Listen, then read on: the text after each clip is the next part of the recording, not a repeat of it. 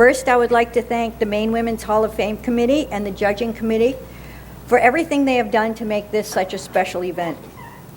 The two women honored today are a true inspiration to girls and women everywhere. Ellen Golden and Dr. Barbara Woodlee are the leaders of today and the influence of tomorrow. Today they join the ranks of such esteemed women as Margaret Chase Smith, Olympia Snow, and Mabel Wadsworth in the Maine Women's Hall of Fame, and we congratulate them. I would like to take a moment to read a poem from Sidney Nielsen that expresses the sentiments of today. I want you to know how amazing you are. I want you to know that you are treasured and celebrated and quietly thanked. I want you to feel really good about who you are, about the great things you do. I want you to appreciate your uniqueness, acknowledge your talents and abilities, realize what a beautiful soul you have, understand the wonder within. You make so much sun shine through, and you inspire so much joy in the lives of everyone who is lucky enough to know you.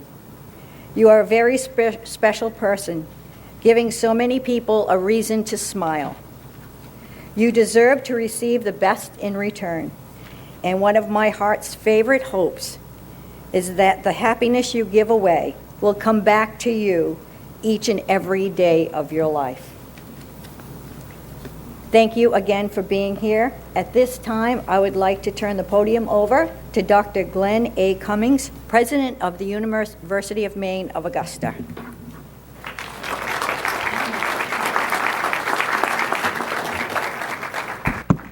Thank you, Rayanne. It is an honor to welcome you all to the University of Maine at Augusta. It is very fitting that about 72% of our students are female. Many of them are struggling in ways that both Ellen Golden and Barbara Woodlee have spent their career helping, so we are delighted. Just as a way of introduction, I want to say that women in my life have a wonderful characteristic of having faith in you that you can get better at things that you're not great at, and keep encouraging you and keep supporting you. And when I opened up today's brochure and found out that Ron Phillips was going to be the moderator, I know that you believe in that too. We know we still have faith that he'll do well, but he's still working on it. I'm lucky enough to be on Ron's board, so I can tease him a little bit.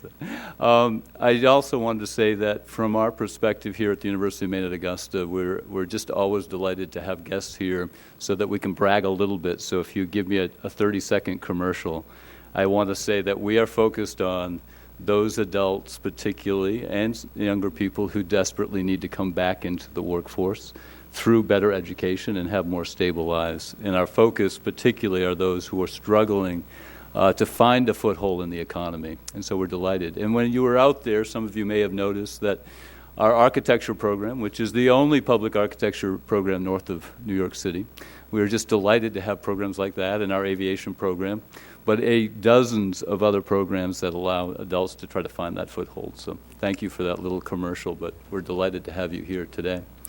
I want to say that years ago, a woman colleague in the Portland School Department said to me, she was talking about sexism, and she said, for me, it's a little different for man in how I have to approach things, and I didn't quite understand. And the best example that she brought to me was, she said, when you walk on that mat to go into Hannaford's or Shop and Save or Shaw's, you as a man just expect that door to open. You don't even think about it. But when you're a woman, there's that hesitation. Is this door going to open, or is it not going to open? So when we think about our honorees today, who I know well, and am so delighted to be in the same room with them as they get honored, think about all the success they had, and remember that they had that little extra having to worry just a little bit much, a little bit extra, beyond what a man had to worry about. So their achievements in some ways are even greater, given the context in which you have to succeed in the world that we live in. And with that, I just want to say to both Ellen and to Barbara how honored I am to be able to host you today, so to speak. More importantly, to be here to see you get honored. So thank you very much.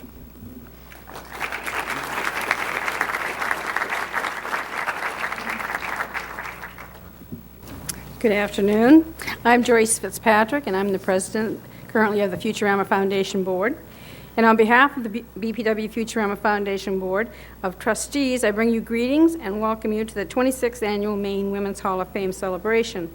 I'd like to give special thanks to Sally Ann Parks, who has been the chairperson for this event for the past 23 years of its existence. It's been through her support and effort that make it easy for the trustees to continue to bring this wonderful event to you. And I thank you all for coming to assist us in recognizing our inductees this year, Dr. Barbara W. Woodlee and Ellen F. Golden. Thank you for coming.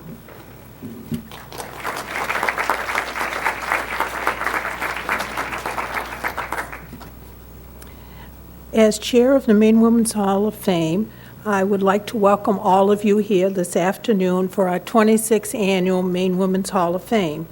We are pleased that so many of you could join us today to celebrate the Maine Women's Hall of Fame.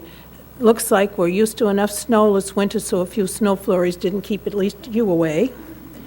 And during the silver tea this afternoon, we hope that you had the opportunity to speak to our two new inductees and several of our previous ones that are here. We had scrapbooks of previous induction ceremonies, books about previous inductees, and other information at the table across from the registration. And now I'd like to thank the representatives from our three co-sponsors for their opening greetings and welcoming everyone here this afternoon. Rayanne Vander Zanten is president of BPW Maine. Dr. Glenn A. Cummings, he is the new president of UMA. And Joyce A. Fitzpatrick, who is president of BPW Maine Futurama Foundation. Thank you for greeting everyone today. In each year, the special ceremony honoring women has been held at the University of Maine in Augusta during the month of March, which is in observance of Women's History Month. During the 26 years, the University of Maine at Augusta has generously provided site for the display of our photographs and citations for each honoree. We hope that each of you signed in at the registration table so that we have a complete record of people that are here and that you signed our guest book. The Maine Women's Hall of Fame was established in 1990. Nominations are requested each year and are submitted by a variety of organizations, businesses, and individuals. An independent panel of judges review the nominations and, after careful consideration, select one or two honorees to be inducted each year. In fact, several of our judges are here this afternoon, and we want to thank them for their efforts on behalf of selecting one or two great women to honor. As I'm sure you will realize, we are honoring two great women this afternoon. The Hall of Fame itself is dedicated to women who have met three specific criteria. The woman's achievement have had a significant statewide impact. The woman's achievement significantly improved the lives of women in Maine, and the woman's contribution has enduring value for women. The National Women's Hall of Fame was established in Seneca Falls, New York. In 1990, BPW Maine and the BPW Maine past state presidents founded the Maine Women's Hall of Fame. Many of our past state presidents were involved in different degrees in setting this up. Today, you had the opportunity to enjoy the silver tea that was provided by BPW Maine past state presidents, chaired by Marilyn Ladd. It was during the presidency of BPW Maine past state president Patricia Burgoyne that we established the Maine Women's Hall of Fame. The committee working with her included Carol Souveny, who is here this afternoon, and organizing meetings were held in different areas, and they also had one with Senator Margaret Chase Smith. And when possible, locations were considered for the permanent display. The University of Maine at Augusta was selected, and we're happy that this selection has been honoring Maine women for the 26 years. In highlighting our 25 anniversary years last year, we designed a special pin for the Maine Women's Hall of Fame. I'm wearing one now, and each inductee received one last year, or one was sent to them with the extra addition of inductee on it, and the regular pin, like I have on, is available for sale at the registration table. At this time, I would like to introduce the previous inductees that are here, and would you please remain standing while I introduce you so that we can honor all of you as a group. Sharon Abrams, Sharon Barker, Mary Cathcart, Thea Calico, Laurie LaChance, Ruth Lockhart, Gilda Nardone. Have I missed anyone? Okay, well, thank you all for joining us again, and let's thank for all the work that you have done for women.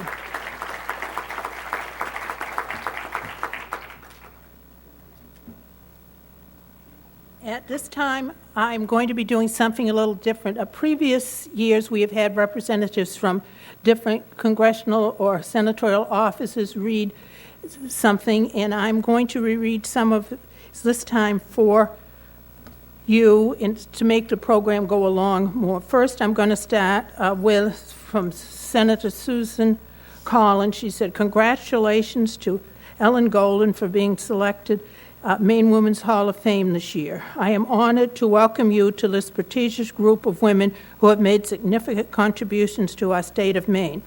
Along with more than 30 years of experience in economic development, you have served on several boards that promote women's issues and have been recognized for your advocacy on behalf of female and minority business owners. Senator Margaret Chase Smith, first inductee in the Maine Women's Hall of Fame, was once asked, "What's a proper place for women?" She simply replied, "Everywhere." How right she was. Women today are fortunate to be following the trail blazed by such strong female leaders in our past. It is our obligation to extend and widen the trail for the next generation of female leaders.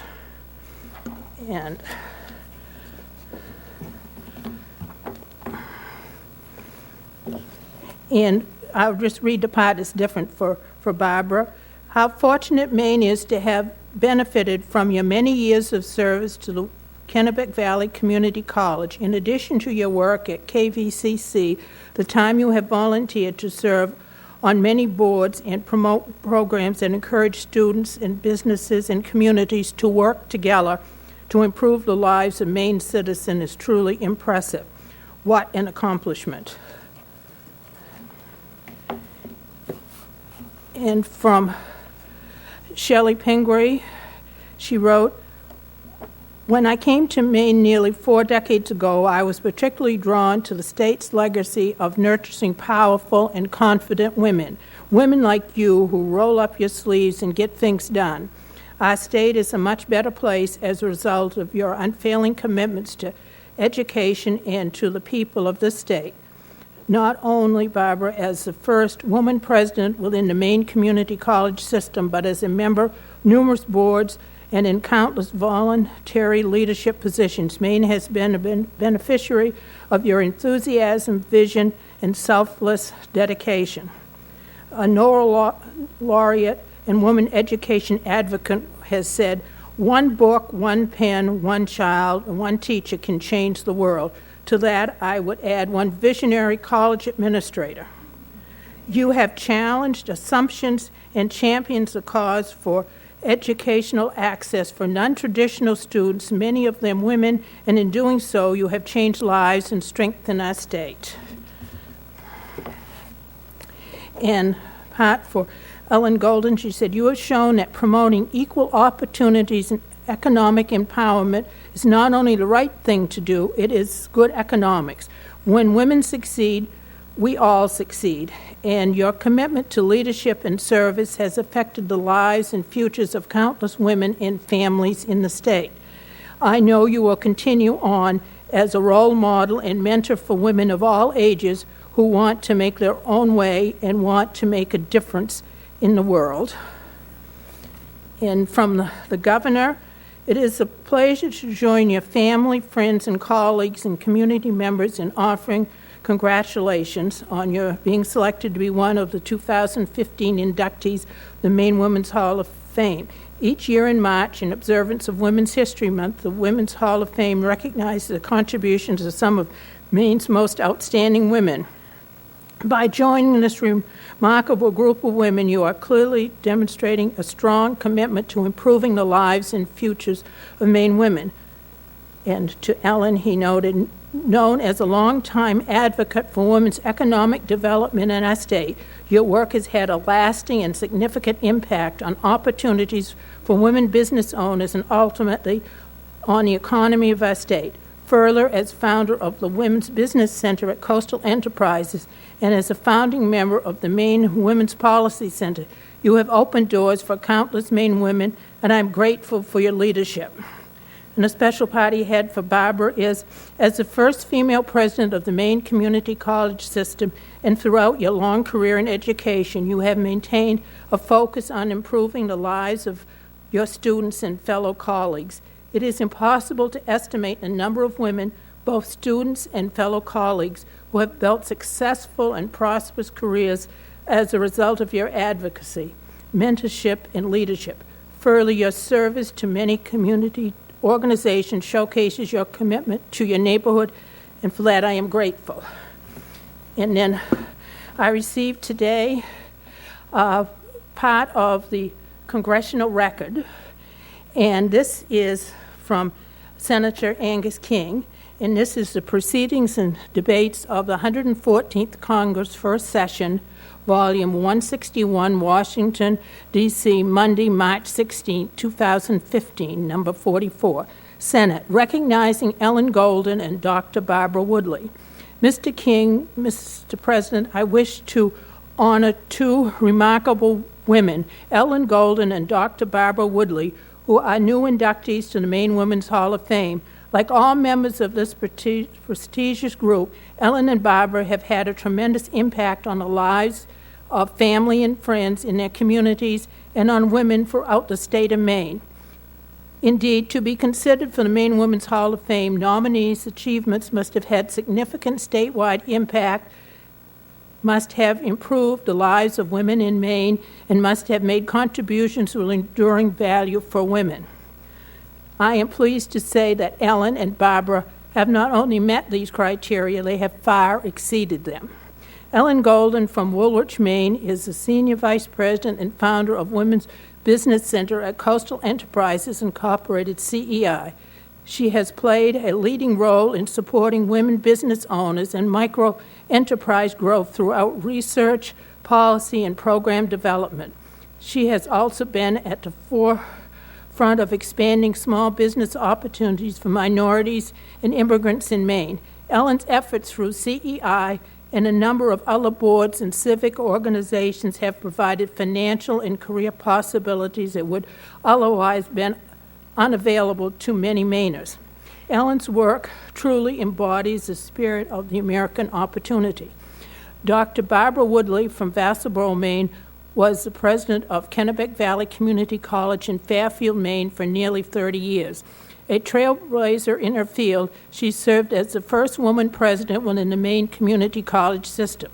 Throughout her presidency, Barbara strove to increase educational opportunities for Maine women by developing programs, particularly in the healthcare field, that met the needs of the many women who used the college to launch their careers.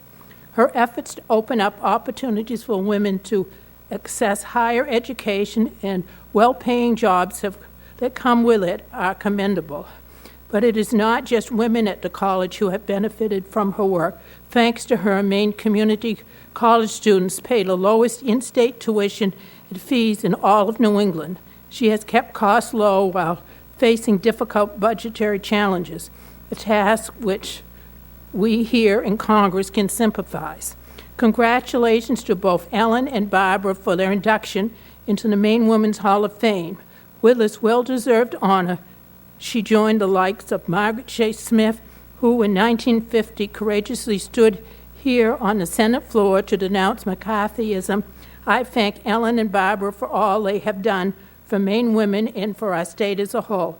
Maine is fortunate to have such tireless advocates promoting education and fighting for economic opportunity. And it's dated and signed on 3/15. Congratulations and thanks for all you have done for Maine.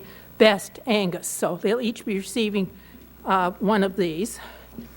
And I want to thank our congressional group for finding time to send these to us, and I'm sure that each inductee will enjoy having one of those. And at this time, we would like to start the regular induction ceremony. This year, we are honoring two Maine women with induction in the Maine Women's Hall of Fame. Ellen Golden, Senior Vice President of Coastal Enterprises, founder of Maine Business Center at CEI, and founding board member of the Maine Women's Policy Center. She was nominated by Ronald L. Phillips, President and CEO of Coastal Enterprises, and Dr. Barbara W. Woodlee, longtime president of the Kennebec Valley Community College, who has helped pave the way for women in higher education. She was nominated by Dr. John Fitzsimmons, president of Maine Community College System. The induction ceremony for Ellen Golden will now begin. It is with pleasure that I ask Ellen Golden and her presenters to come on stage, and the moderator for this presentation will be Ronald Phillips, President and CEO of Coastal Enterprises. Would those people please come to the stage now? And the ones on the stage will rejoin the audience.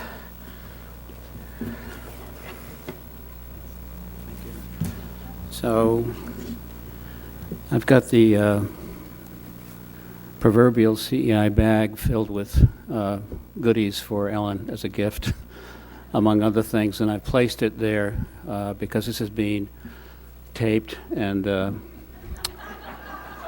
so we're trying to promote ourselves here a little bit. Here we go. Move that away. Well, thank you, Glenn. Where's Glenn? Our board member, esteemed board member. Thank you very much for... What? You can't hear me? All right. There we go. So, well, it's an honor and pleasure to participate in this ceremony to celebrate the Women's Hall of Fame induction of Ellen Golden, my colleague at CEI for 37 years, and also Barbara Woodlee. On behalf of CEI, we congratulate both of you for your advocacy and achievements for women and girls here in Maine, and advocacy that extends nationally and even internationally as women all over the world seek enfranchisement and parity in society. We thank Sally Ann Parks and the host of this event for keeping the light shining on the many women previously recognized and the many, many women aspiring for self-determination and a more just culture all over the world. My job right now is to say a few words about Ellen and then introduce Mary McElhaney, former SBA district director here in Maine. There she is, Mary. I just introduced her, by the way. And a true leader in her own right. And Eliza Townsend, head of the Maine Women's Policy Center, who carries the torch for women's rights and opportunities. They will then introduce Ellen. So I want to thank Ellen, actually, for the opportunity to present her to the Hall of Fame for induction. It's probably a unique experience for two individuals to have spent nearly 37 years working together. Can you believe that? 37 years. Eesh, wow. To construct CEI from nearly its outset, to have an impact in the Maine community development landscape, an impact recognized nationally and internationally as a rural investment organization, in no small part due to Ellen. 37 years. It's a long time to give to one's professional life to a single endeavor. I shudder at the thought of the thousands and thousands of hours spent just in meetings, spent inventing, executing, then reinventing the next iteration of economic opportunity and programming for women in Maine, especially those that are at the margins of society. But over these years, the time has gone by so rapidly, Ellen, one has barely had the time to pause and reflect on things. So I asked the question, what might be three important things to say about Ellen that illustrates her advocacy for women? First, you undertook a research project to determine the business needs and approach of a woman entrepreneur as unique from a man's. I recall this was your refrain in those early days. Maybe the view has been moderated, But that's what you gain from the study and carving out a niche in the market that is women in business, but not fully recognized in a male-dominated business world for the gifts and skills women brought to it. Second, you did something about it. You were innovative in introducing women's counseling program at CEI, which led to the founding of the SBA-sponsored Women's Business Development Center. Since then, many private foundations, even banks, have contributed to the program. The purpose was to serve as a resource for capacity building for fledgling women entrepreneurs. Some 15,000 Maine women enterprises are the better for that. You also introduced an entrepreneurship education curriculum in the state, piloting coursework within the Maine community college system, organized a Maine micronet network to advocate for small enterprises, and generally paved the way for resources to support women in business that, from your research, you had learned were forming 3 times their male counterparts. And third, you brought women's business enterprises into the wider community development field in Maine and nationally, and to mainstream bank lending to extend capital to these entrepreneurs. In one case, KeyBank established a special initiative to promote lending to women business owners. Indeed, within CEI today, we tally up some $46 million in loans and investments to over 1,000 Maine enterprises led by women. You made sure CEI put its money where its mouth was. Along this route, you have served and still do on many boards, contributing your talents and passion, bringing your point of view to bear, including the National Association for Enterprise Opportunity, the Trade Association, which you chaired for many years, promoting women's enterprises with the SBA Advisory Council, and serving on many other boards, including the National Association of Women's Business Centers, which you helped to found, contributing important testimonies to Congress, or to the National Commission on Women's Voices in Economy, and actively engaging with the Maine Women's Lobby to this day. Notable was the formation of the Maine Women's Policy Center, which you've heard about, again, which you were a founder of, which came out of the charge you led for the first in the nation progressive state legislation mandating sexual harassment training for employers. But where did all this come from, Ellen? Why did you conceive of the Women's Project?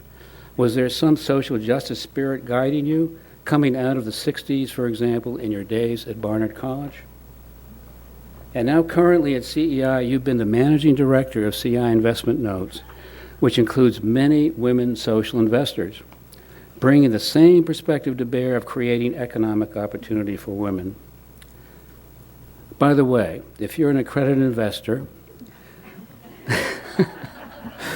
you're all welcome to check with her on how to invest in the Notes program and add to the $8 million she's already raised from over 100 individual investors to do the work of enterprise development in Maine.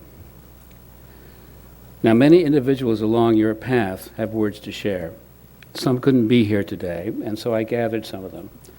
Jennifer Sprzinski, who now runs the Women's Business Center, couldn't make it, as she's in Guatemala.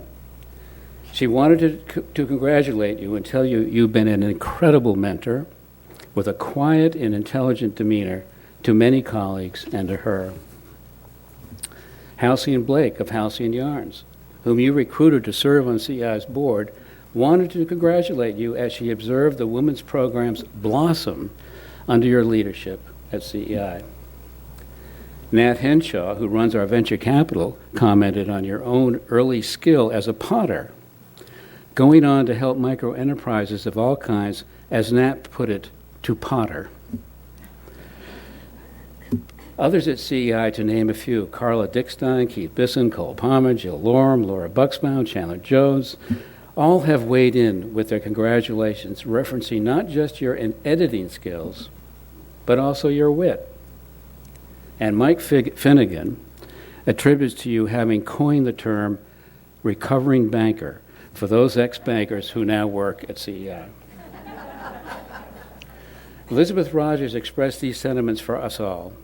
She wants to thank you for opening up a new and rewarding path for her, one of the many women you've supported and mentored at CEI and beyond. You recognize strengths, honor differences, and welcome a good challenge. She said it's been a privilege to be your colleague.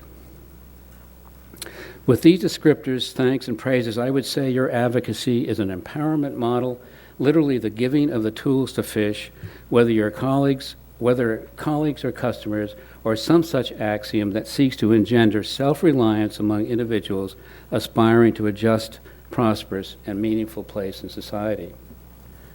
In wrapping up my remarks this afternoon, I searched for some way of characterizing your incalculable value to helping to build sustainable and healthy communities, which we all want, and more so within that, economic opportunity for women and girls. I've my own impression of the quality of your leadership and am convinced that your profile has been one that leads through others.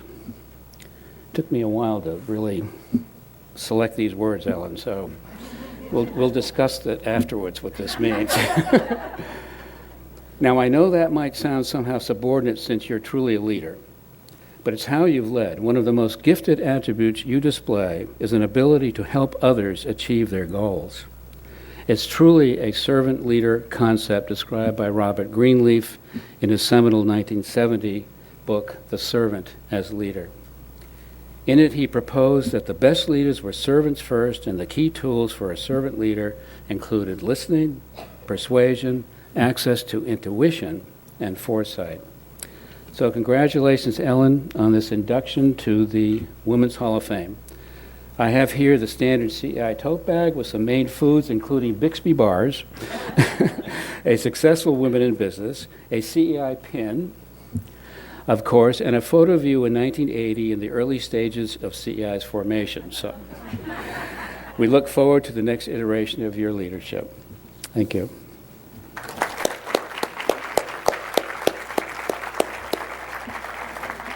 Now, I've already introduced Mary, and so she's going to come up and start the introductions further, and then Eliza Townsend. So, Mary, Thank you, it's Ron. all yours. Thank you. Thank you, Ron. And thank you to the Business and Professional Women's Foundation for honoring my friend Ellen Golden, and for all you do and have done to advocate for women's equality. My grandmother was a BPW member when the organization was fighting for women's right to vote. Your work just might be finished when the Supreme Court's 9 justices happen to be women. Today we celebrate Ellen Golden and her work on behalf of the very principles on which the BPW was found. Ellen, to quote her husband Dwayne, is such a lady, but that hasn't stopped her from doing what she's doing. And it also never stopped her from hopping on the back of a motorcycle. I think that's part of her magic. Congratulations, Ellen. We here are fortunate that you choose Maine as your home. Ellen's work is dedicated to empowering women, teaching women, ensuring women that they have the tools necessary to succeed. Ellen and I first met almost 30 years ago. I think there's a theme going on here. I had the good fortune to work with her, to learn from her, and to become her friend. Ellen does her homework. Her advocacy is based on sound research, spiced with real-life examples. She founded the Women's Business Center at Coastal Enterprises because she saw the need, and her research proved that need. She knew that women, by starting and growing their own businesses, could have the economic means to support their family, to provide a living wage to others, and to give back to their communities. She also knew in order to build this program, she must reach out beyond Maine. She became a leader in the National Coalition of Women's Business Centers. She led this coalition, and they convinced Congress to establish funding for these centers through the Small Business Administration. First a pilot program, and then she went to work and made it permanent. Now, women's business centers are a tool that women across our land readily access. And speaking of a need, back then, it wasn't even that long ago, bankers did not like to loan women money. Women had very little or no credit history. One can only bootstrap her business so far or so long on egg money. One of my mentors, Paula DiCarlo, was fond of saying, "Money makes the blind see." Ellen figured out how to make those blind bankers see. She, Ellen, and her partner in crime, Ron Phillips, led the national effort to institute a microloan program. Thank you, Ellen. This program loans a small amount of money and comes with advice and guidance. For more than 20 years, that program has afforded thousands of women the opportunity to build a financial track record. Bankers now see that loaning money to women is good for their bottom line. Thank you, Ellen.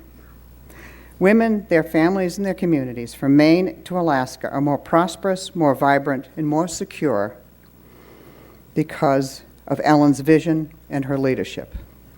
Ellen, on behalf of women all over America, whose lives are better, children are safer, and communities stronger due to your leadership, vision, and hard work, I am honored to say thank you. From each of them and from me, congratulations on your induction into the Maine Women's Hall of Fame.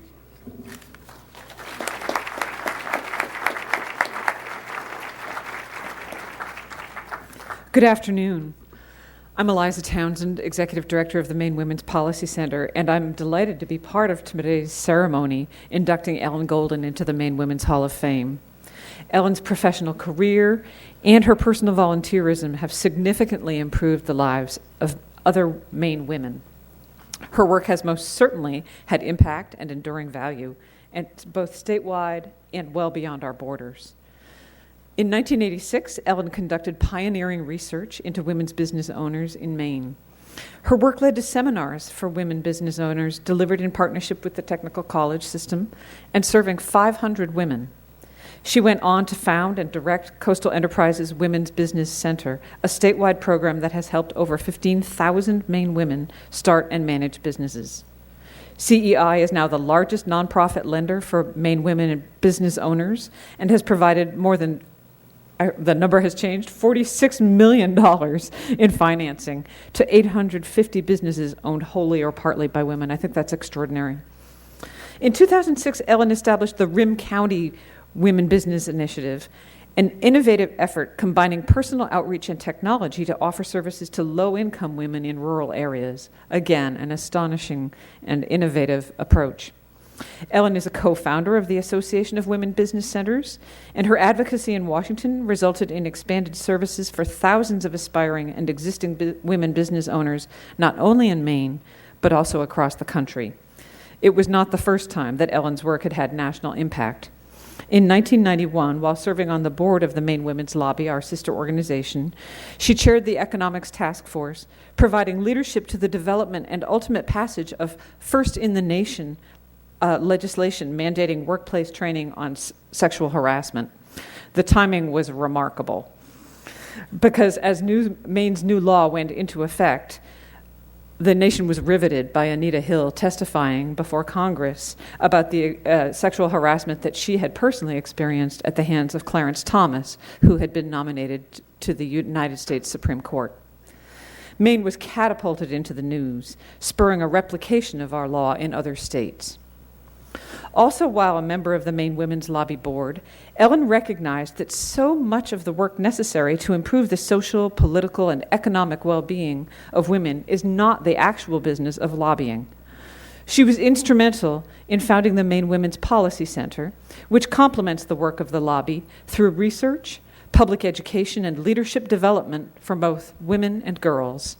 And I can give you a couple of examples of the leadership development. Over the past 25 years, the Policy Center has brought nearly 2,000 eighth grade girls to Augusta from every corner of the state through our Girls' Day in the State House program, introducing them to the concept of public policy, helping them understand the degree to which it affects their lives, and building future leaders by giving them the skills and the courage to speak up on the issues they care about. Our Linda Smith Dyer Fellowship has hosted a dozen students from the University of Maine School of Law, employing their research skills on behalf of women and girls.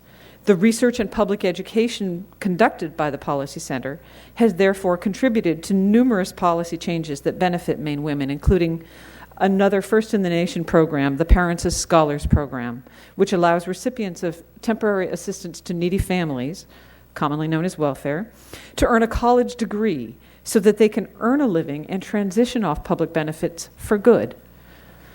The extension of unemployment benefits to part-time workers. A law allowing employees to use their personal sick days to care for a family member. Seems like common sense, wasn't law. Expansion of Maine's Family Medical Leave Act to include domestic partners, which of course was critically important before we established marriage equality. Ellen has served a total of 12 years on the board of the Maine Women's Lobby, and most recently co-chaired the joint strategic planning process that set the direction for both the lobby and the Policy Center. That process strengthened the organizations and brought focus to our work. We recommitted ourselves to the issue of economic security, because whether a woman has money and what she has to do to get money affects every other aspect of her life: her health, her ability to chart her own future, her ability to escape a violent relationship, and of course her children's prospects. Over the last 30 years, then, Ellen Golden has devoted both her work and her personal time and energy to improving the lives of Maine women and beyond. Her work has been deep and sustained, has produced meaningful and long-lasting impact, and I'm honored to participate in inducting her into the Maine Women's Hall of Fame. Thank you for recognizing her, and thank you all for being here.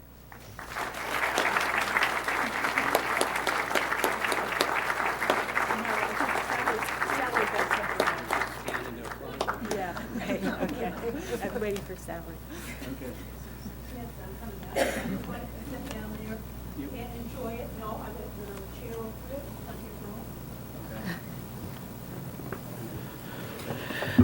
there. First of all, I will give you your copies of all thank that you. I had read, so you can have that for your Thank you. files. And then if you will come forward, I would like to read this. The Business and Professional Women of Maine, the BPW Maine Futurama Foundation, and the University of Maine at Augusta present this 26th Annual Maine Women's Hall of Fame Award to Ellen F. Golden, nominated by Ronald L. Phillips, President and CEO, Coastal Enterprises Incorporated, CEI. Presented the 21st of March 2015 at the University of Maine at Augusta, signed by Glenn Cummings, President of University of Maine at Augusta, Rayanne Vander Zanten, President of BPW Maine, and Joyce Fitzpatrick, BPW Maine Futurama Foundation. Congratulations. Thank you very much.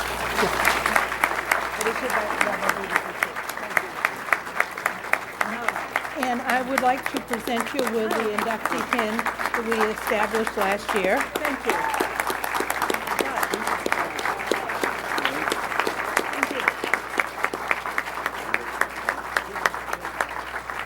you. And now if you would like to come forward. And Yeah. Thank you. So, for those of you who are tired of hearing about me, we're almost done. And then we can move on to celebrating Barbara and her accomplishments. I'm deeply honored to have been selected for the induction into the Maine Women's Hall of Fame, and I certainly want to thank BPW for instituting the Hall of Fame and for its commitment to making visible the many significant achievements of Maine women. The dedication, commitment, and vision of so many women leaders is certainly impressive, and I'm deeply honored to be included among their ranks. I certainly hope that the statements that each provided will inspire women to action for years to come. I also want to thank Ron, Mary, and Eliza for supporting my nomination, for being here today, and for their extremely generous words of introduction. I particularly want to single Ron out for special thanks for, first of all, having put up with me for 37 years, for thinking to nominate me for this honor, but more importantly, for building an organization dedicated to social and economic justice, where women's economic development is a priority, where ideas are nurtured, innovation encouraged, and accomplishments rewarded. CEI provided fertile ground for my work to take root, an environment where it can grow under new leadership. And I'm very grateful for that, for all the opportunities that I've had to really make a difference. Lastly, I want to thank the many talented and dedicated people, especially my colleagues at CEI, that I've been fortunate to work with over the years and who made it possible for me to get things done. I also want to acknowledge two important connections with BPW. The first has to do with a former president of the Waterville BPW, Carol Savini, who was earlier acknowledged as being instrumental in the formation of the Maine Women's Hall of Fame. So I certainly want to thank her for her role in that. But I also want to thank her for being Janet Roderick's mother. Which is a greater achievement in my book. But Janet was our first business counselor for the Women's Business Center in the early 1990s. She was my partner in crime and played a key role in building the program. And Janet continues to be an important resource for women business owners in Maine today. So thanks to both Carol and Janet.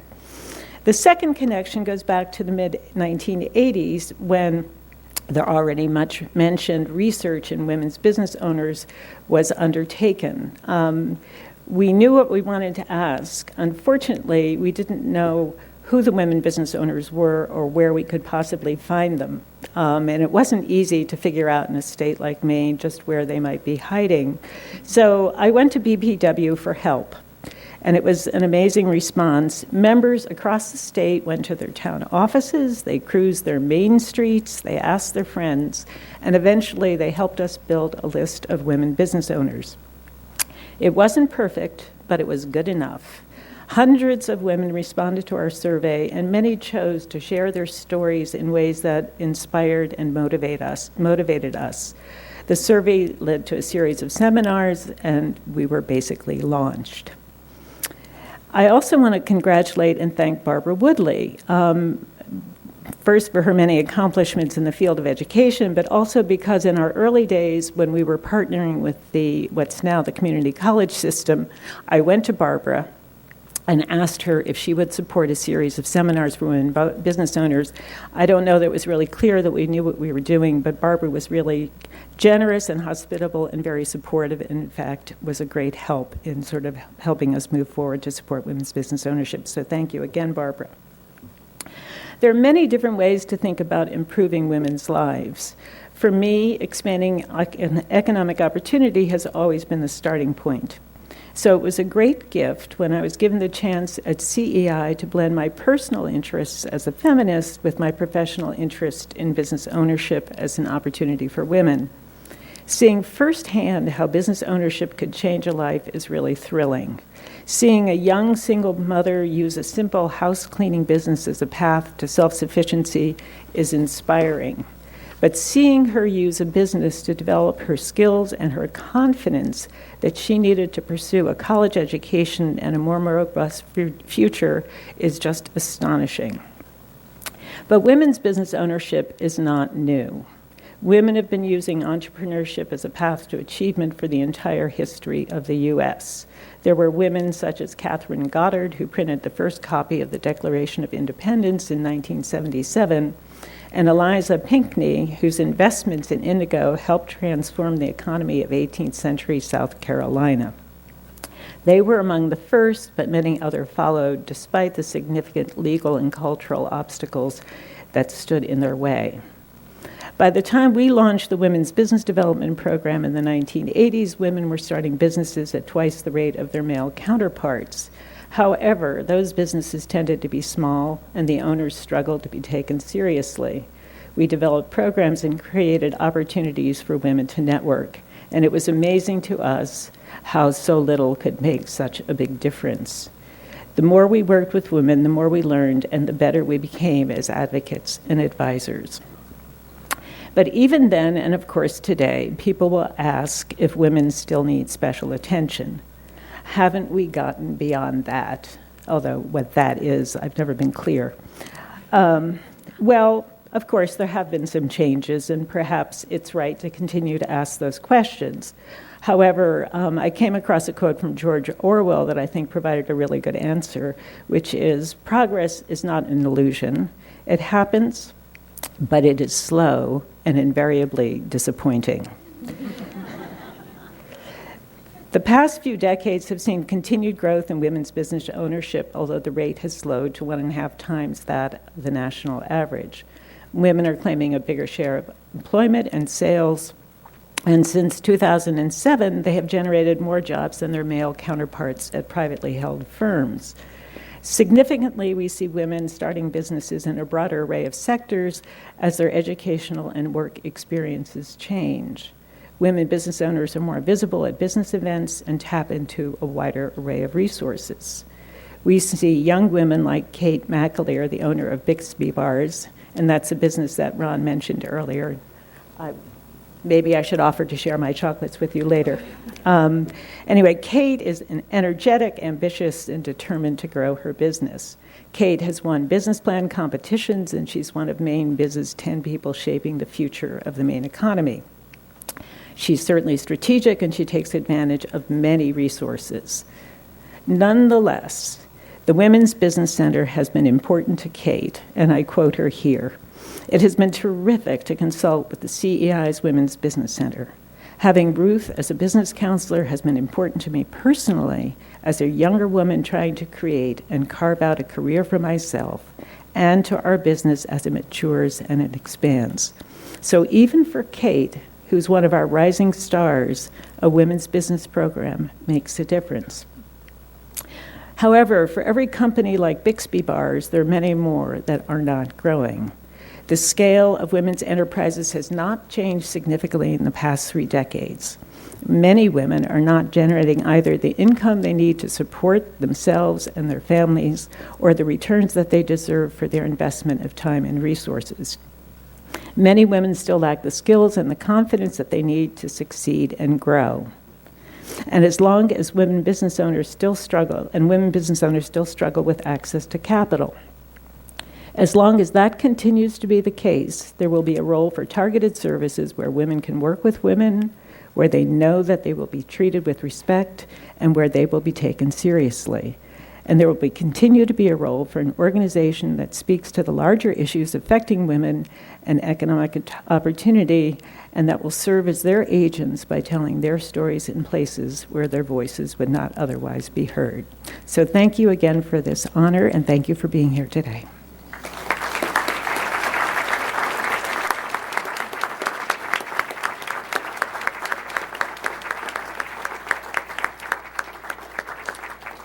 Thank you very much, Ellen, for sharing with us. We're pleased to induct you today and want to thank you and your presenters for giving us so much information about your background. We would like to ask you to please join the audience, and we would now have the induction ceremony for Dr. Barbara Woodlee beginning now, and I'd ask her and her presenters to please come to the stage. The moderator for this presentation is Dr. John Fitzsimmons, former president of Maine Community College System. Well, good afternoon. I was thinking 37 years. I spent 37 minutes with Ron, and I'm tired. You're a saint. You really are. Sorry, Ron. It's my pleasure this afternoon to share the podium with Theo Calico and Joyce Hedlund, to share our pride that our colleague and friend, Dr. Barbara Woodlee, is being inducted into the Women's Hall of Fame. Ellen, also, congratulations to you. A well-deserved honor. In preparing my remarks, I visited the Women's Hall of Fame website, and it looked at the impressive list of honorees. It's a reminder of the remarkable accomplishments of some of Maine's most influential and powerful leaders. Their service to our state covers a wide array of fields, from politics to government, nonprofits, the private sector to education. The honorees all have 2 things in common. They have a lifetime of extraordinary achievements, and they're all accomplished leaders. John Quincy Adams wrote, "If your actions inspire others to dream more, learn more, do more, and become more, you are a leader." That quote defines the body of work that represents Barbara Woodlee's commitment to her students, college, community, and our entire state. She is a remarkable human being who has distinguished herself through her commitment to excellence, passion for sharing the power of education, and compassion for the students her leadership had touched. I had the privilege of working with Barbara for 25 years, and let me share a few of her highlights of her distinguished career. Barbara places a high value on the importance of education. She attended 4 colleges, earning an associate degree, a baccalaureate degree, a master's degree, and finally, while working full-time, she earned a doctorate at Vanderbilt University. This will help you understand the respect and empathy she had for her students as they juggle work, family, and school to create a better future for themselves and their families. Barbara spent 37 years at Kennebec Valley Community College. She started in a back office at Waterville Vocational High School before it moved to its permanent site in Fairfield. She made the transition from Vocational Technical Institute to Technical College, and finally in 2003, when the institution became Kennebec Valley Community College. Along the way, she became the longest-serving college president in Maine, having held the post for 28 years until she retired in 2013. And before she could learn the joys of retirement, I asked her to come back to be the academic leader for our system, and she agreed to do so, and she's continuing in that role right now.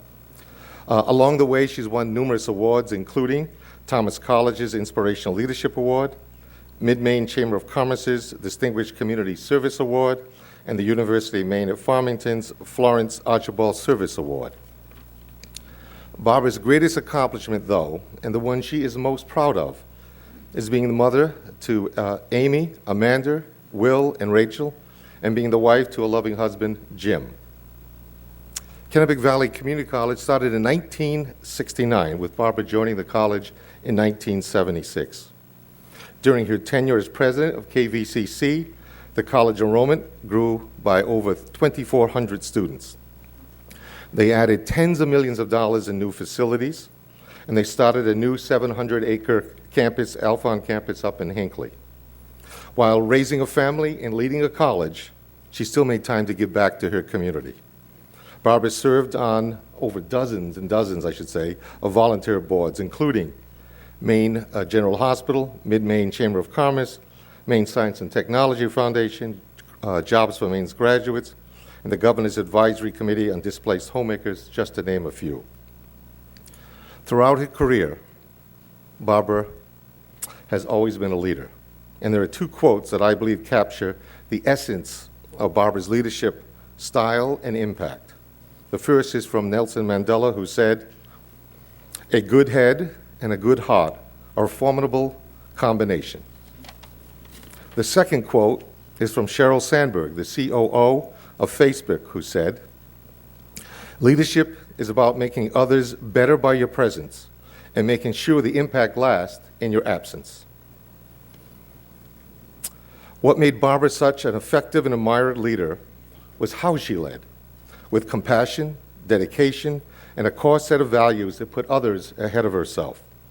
With all of her heart, she believes in the transformational power of education, and which made her willing to do all the personal sacrifices because she knew at the end of the day someone's life was going to be better.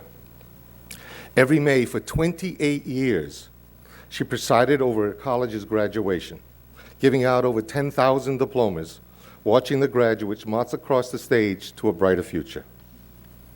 Barbara's legacy is showing all of us that human kindness in a leader is not a weakness, but rather a strength. That we all can be better by letting the light shine on the people around us instead of ourselves.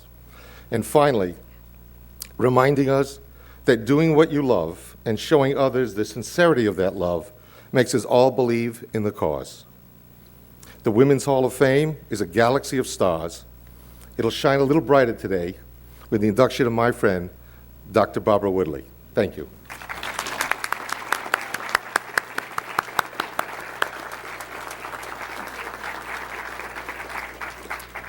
Joining me today are two of Barbara's longtime colleagues to share their thoughts of their friends' induction into the Women's Hall of Fame.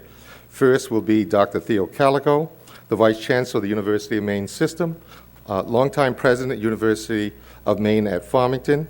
She's a member of the Women's Hall of Fame, deservingly so. And she took what I would say is a quiet little rural university and made it into a nationally ranked one, and one that was the pride of our state. The second presenter will be Dr. Joyce Hedlund, currently the president of the University of Maine at Machias. Before that, she was the president of Eastern Maine Community College and Washington County Community College. I've had the privilege of working with Joyce for over 20 years. She's an outstanding college president and someone I admire both as a person and as a leader. Theo? Thank you, John. Thank you, John. Well, good afternoon, everyone. Barbara is actually the second UMF alumna to be in the Women's Hall of Fame. Billy Gammon is the first one. And she and Barbara share something that you might not have known, which is both of them first got their college degrees at a community college. And then they went on to UMF to get their bachelor's degrees. And then they both got honorary degrees later from UMF, because we recognize when we got a good one. We don't let them go. So Barbara graduated in the class of 1974 from UMF. And 10 years later, she was a college president. This is insane. You know, you're supposed to wait till you're at least 50. And I think she might have been 36. And it was phenomenal. And she kind of quietly, flying under the radar, she built the KV empire. You know, from a little back office to the campus in Fairfield, and then on to the expansive operation that they have there today with Hinckley. Barbara didn't forget UMF when she graduated. She has been a loyal alumna ever since. She served on anything that the college needed her to be on. When the Board of Visitors was given to us by Libby Mitchell, Barbara was one of the first members, and she chaired it for many, many years and helped evolve what that Board of Visitors has turned out to be, which is a tremendous important linkage with the community, giving great advice and information to the campus from its many friends and supporters throughout Central Maine and beyond. Along the way, she collected the Alumni Achievement Award and honorary degree and so on and so forth. And the other thing that I need to say is, besides her role as a UMF grad and alumna and an endless steward of UMF's potential, she was my partner president. When I came in 1994, she had already been a president for about a generation. And when I said to my friends and colleagues, who is there out there in the world that I should connect with, they said, you call Barbara. And Barbara and I were partners in many different things. One of the things we did was we made sure that students could transfer from community college to UMF. We worked on curriculum articulation back before there was even hardly a word for it.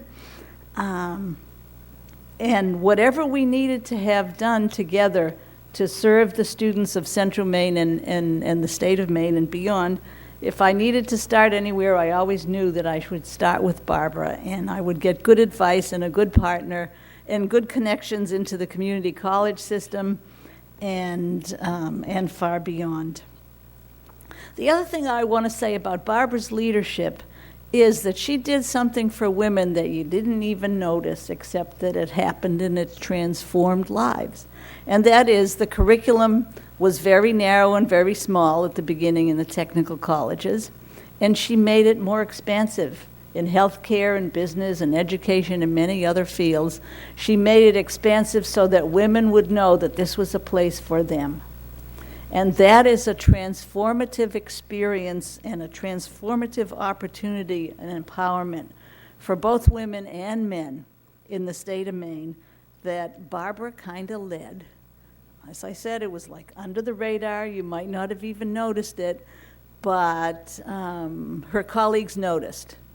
And it's one of the things that has strengthened the economy and, more important, the civic life and the communities of Maine, is to have that opportunity for women across the state as well as men. It has been a life-changing experience and opportunity for women and men for generations, and it will be for generations to come. And for that, we have to thank Barbara. And so, Barbara, thank you.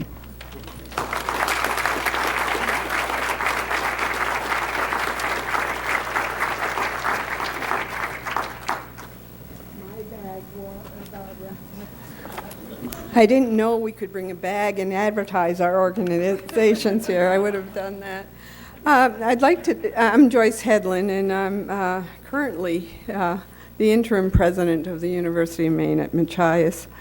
And I've been suffering a little bit with that sinus thing that's going around, so forgive me.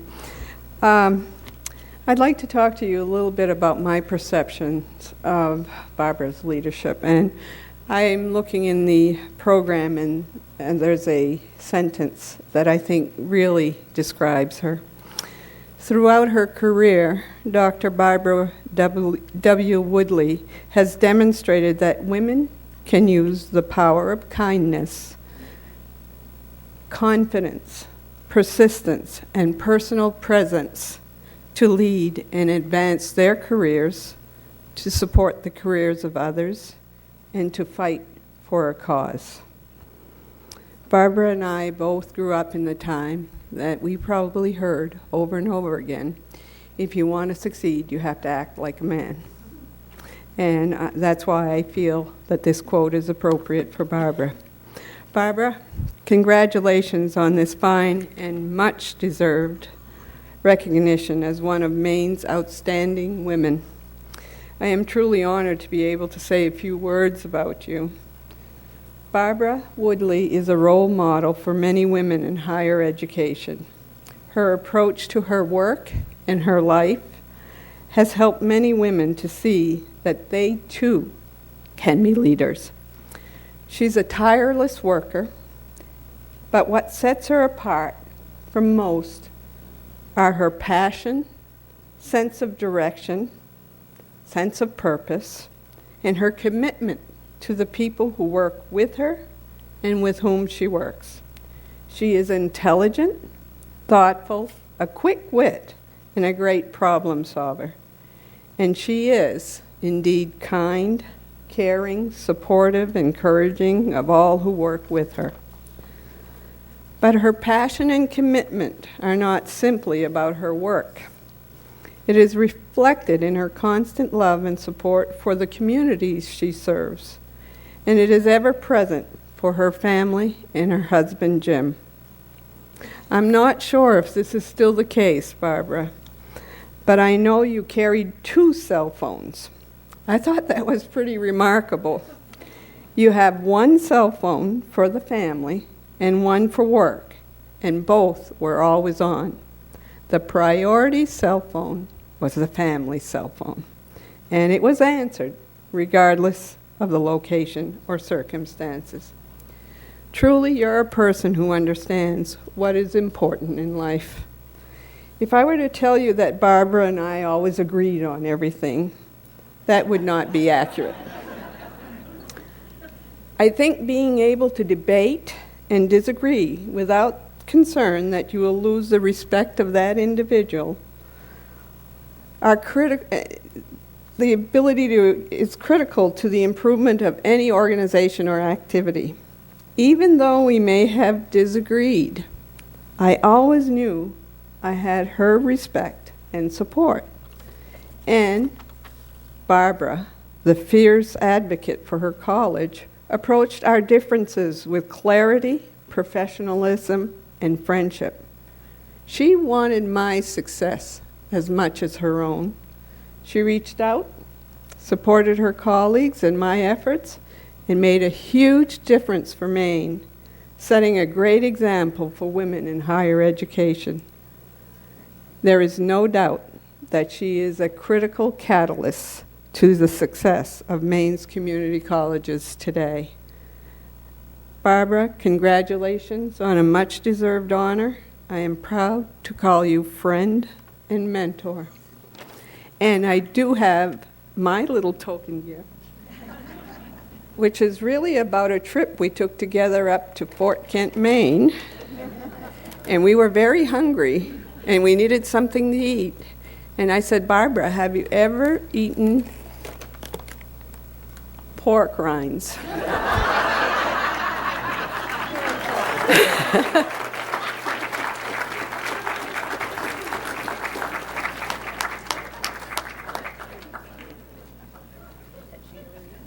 I knew we'd see those pork rinds again.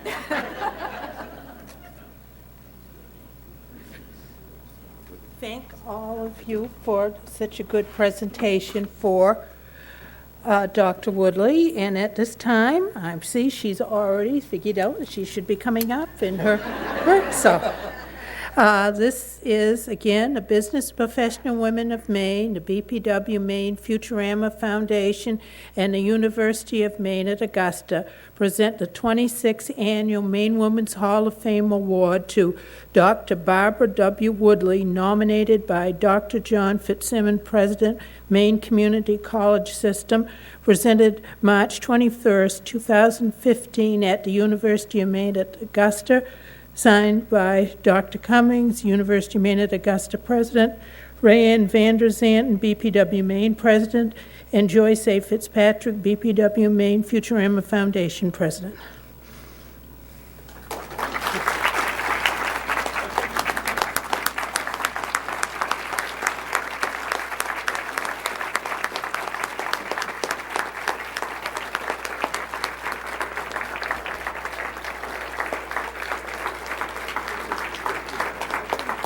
And at this time, I would also like to present you with the inductee pin for the Maine Hall of Fame, and your copy of all the letters and things that I read, so they're all for you. And if you would like to extend your own remarks. I share Ellen's sense that you've heard more about me than you probably care to hear in the average week, but I'm going to be as brief as I can. But first, I want to congratulate Ellen, and I do remember that, and I thought you were very convincing. And we also did a wonderful project together in Somerset, helping women get into health careers. So it's nice to see you again, and I'm honored to share the stage with you. Thank you for this great honor. My selection, and indeed the fact that my colleagues even nominated me, was most unexpected and remains extremely humbling. Thank you to Sally Ann Parks and the members of her committee at the Maine's Women's Hall of Fame, and to my boss of many years, John Fitzsimmons, and my dear colleagues Theo Calico and Joyce Headland for sharing in this occasion. There's a very special group of people here today from Kennebec Valley Community College. I cannot say enough about them. They're a caring and talented group who work hard every day to help students succeed in reaching their goals. I am so proud to have worked with them and of the work they continue to do. It means so much to me to have them here to share in this occasion. And for those who do not know me well, I never look forward to the microphone and public speaking. And for this reason, among others, brevity is my rule. However, I'll take this opportunity to share with you some highlights quickly from my career, as well as my hopes for the future, particularly for Maine. My first job in education was teaching adults to read. I loved it and looked forward every day to going to work in a learning lab. I then worked for the Maine Department of Labor, again helping people prepare for and obtain employment. Watching people gain self-sufficiency and independence was extremely rewarding. I then joined the Maine Vocational Technical Institutes in 1976 as Director of Adult Education at KVVTI. And I'm not sure the general public ever successfully sorted out those initials. And over the course of my career, what we now know as Kennebec Valley Community College had several different names and thus several different acronyms. In those early days, we borrowed the trade and technology labs at Waterville High School in the evenings. Our students were primarily non-traditional. Many were workers displaced by the changing economy. We no longer use the term non-traditional, but clearly those students were in unique circumstances and appreciated the opportunity and support the school gave them. We did enroll younger students who had not thought about attending college until they found themselves at our doorstep. This part of the story changed dramatically later on when we became a community college and began to enroll larger numbers of younger students. We really had to reevaluate everything we did in order to serve them well. In 1983, I became academic dean, and in 1984, the school's director. There were no women in leadership in the then 6 institutes, so in my world, I was a bit of a pioneer. This is when I began to understand the issues of women in executive positions and developed an interest in organizations focused on encouraging women to pursue and assisting them in obtaining careers in leadership roles. I did not acquire the title of president until many years later, as the vocational technical institutes became colleges, and Maine was one of the last 3 states in the nation to create community colleges. We had many great models before us, and I believe we emulated aspects of the very best of them. Through the years, and with President Fitzsimmons' help and support, we worked as a system to remain accessible and affordable, which are great challenges given the state budgets in many of those years. We worked hard also to attract female students to a system that from the beginning had served mostly male students and served them very well. We have seen the student body change in that regard, and in 2015, the women students carry the majority. The majority of our student body is for the first time female, and we have many women students enrolled in occupations that traditionally have been male-dominated. My most recent assignment as the Maine Community College System's Chief Academic Officer has given me a chance to work closely with our higher education partners of the state. I spent much of my time developing transfer policies with the University of Maine system, and it's been a pleasure to work with UMS's Rosa Rodonit on these many projects. We've spent many hours together in recent months. And when I look back on how much KVCC and the greater system have grown over the years, the primary emotion I experience is wonder. The second is gratitude for the sacrifices of so many people dedicated to improving opportunities for their neighbors. And without the contributions of my predecessors and colleagues, the system and the college would not be what they are today. In turn, without those contributions and without opportunities made possible by many other pioneering women, several of them previous inductees and in the room presently, I would not be here today. So I will now turn briefly to the future. I hope that the higher education community can continue to increase opportunities for Maine people to obtain degrees and good jobs. Given the financial challenges ahead for our institutions, it is tempting to focus on the least expensive programs rather than investing in those programs preparing students for well-paying jobs, and especially those that are projected to grow in the future. We need to ensure Maine citizens always have access to opportunities that create economic self-sufficiency.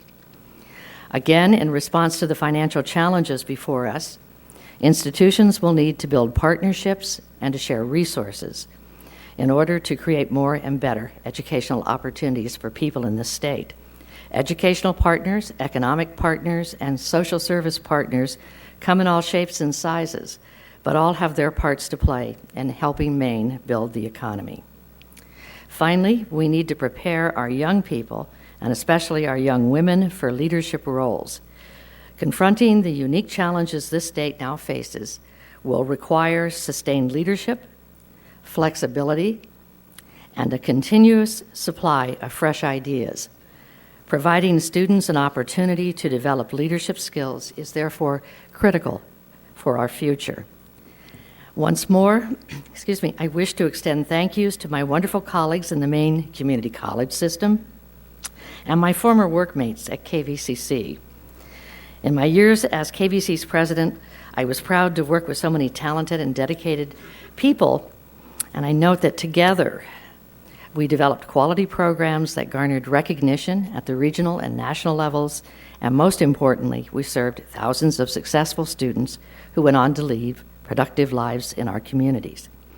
Finally, I want to thank my husband, Jim Woodlee, who, while managing his own successful career, has often, but unofficially, served as driver, technical support, and consultant for the Maine Community College system. He is the very best friend I've ever had, and this day is also about him. Thank you again for this honor.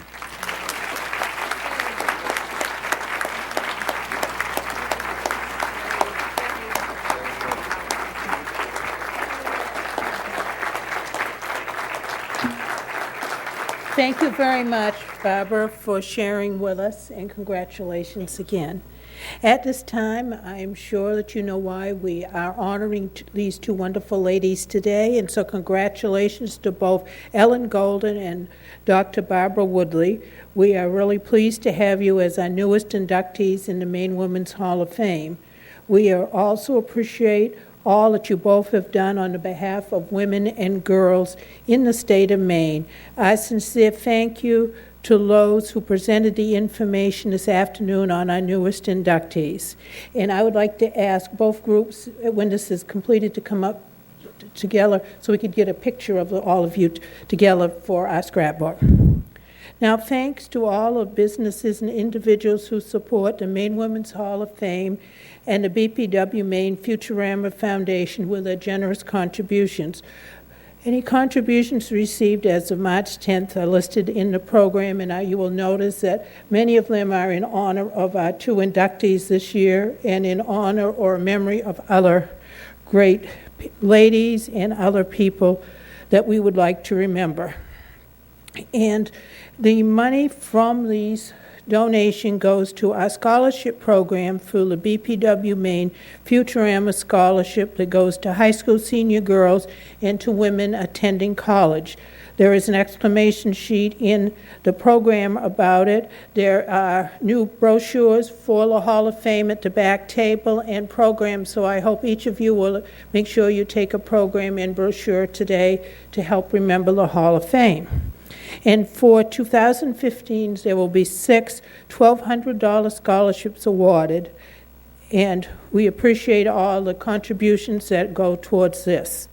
And special appreciation for the many people involved with today's event, the sponsoring organizations, UMA Facilities Department, the sponsors of our inductees, and those who participated in the induction ceremony this afternoon, the judges, the special committees for the Hall of Fame, and special thanks to Marilyn Ladd and all those who helped with the silver tea and with the events this afternoon. We really do appreciate all of you joining us this afternoon to honor our two newest inductees at the 26th Maine Women's Hall of Fame. We trust that you had an enjoyable afternoon helping in celebration of our 26 years, and that you inform others about the Maine Women's Hall of Fame and the work of the BPW Futurama Foundation in providing educational scholarships for women. This special ceremony is held annually on the third Saturday in March during Women's History Month. Nominations are distributed in the early fall, and completed nominations must be received by the deadline of December 1st. It's not too early today to begin thinking of a deserving woman to nominate for our 27th Maine Women's Hall of Fame in 2016. You may let me know if you would like to receive a nomination form when they do go out this fall. We would like to thank all of you for joining us this afternoon to honor our two newest inductees, and just to save probably a little money and have more for scholarships, if you could all leave your name badges at the table in the back for our reuse. You know, women are very frugal in remembering to do those things, and if you take them home, most of us just throw that stuff out, so it's great if we can recycle and have you join us by saving for next year on that, and so please leave that. Help yourself to a program. If you didn't receive one, have one of the brochures. We're glad that many of you came earlier so that you could partake of our silver tea. And this winter we've had so much snow. I'm glad it didn't discourage you from joining us today. Hopefully you'll get home before we get those nice snow showers that they're forecasting for later tonight. Thank you all again for joining us today and for honoring our two inductees. Thank you very much.